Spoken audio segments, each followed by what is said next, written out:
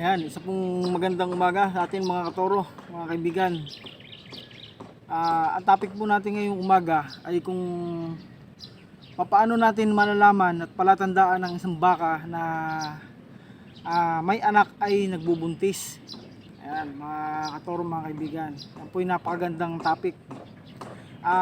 Unang-una po, kapag ang inyong baka ay may anak, yan po ay base sa aking experience at sa nakikita ko sa kanya, yung behavior ng inahin. Kapag po siya ay 6 na buwan na yung kanyang anak at dumidede sa kanya, yung po'y kusa niyang tinataboy. Ayaw po niyang palapitin, ayaw po niyang padidihin. Dahil po, yun ay yung kanyang gatas ay ilalaan na niya doon sa kanyang ipinagbubuntis nung inahin na baka na ayaw na magpadede. Yun po yung lagi ko nakapansin sa aking baka, sapagkat yung aking pong bakang inahin na babae na matanda ay 1 buwan pa lang, napakagaling na babae na inahin. 1 buwan pa lang yung anak ay naglalandi na yon. Kaya po pag 6 na buwan na yung kanyang anak, hindi na po niya pinadedede, kusa niya po yung tinataboy, at yun po ay ilalaan niya yung kanyang gatas doon sa pinagbubuntis niya. At ang palatandaan ko po na pangalawa doon sa aking inahin, yung po ay galit na galit yung kanyang namamaga yung kanyang ugat sa tiyan patungo sa dede.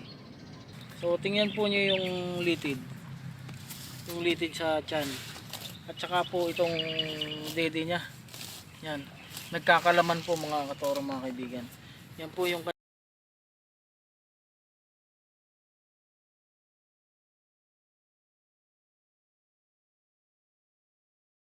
at ang isa pa po ay matakaw kumain. Po nyo yung baka, sobrang takaw. Yan, lagi po siyang parang gutom. Yan po mga toro. So, ayan po. Yan, lagi pong busog. At siya po ay pagkakain ay yun po laging tulog. At pagkagising po, kain ng kain ulit. Yan po yung palatandaan ko dun sa aking baka na inahin na taon-taon na nanganganak, wala pong palya yun. Ganun po siya kagaling manganak.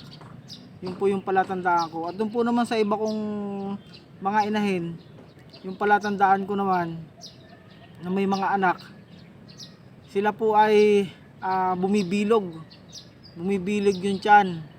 Yan, dati ay makikita mo yung walang katyan-tyan dahil dinididehan. Makikita mo bumibilog po yung kanyang tiyan. At napakatakot din po. Kain po nyo yung baka, sobrang takaw.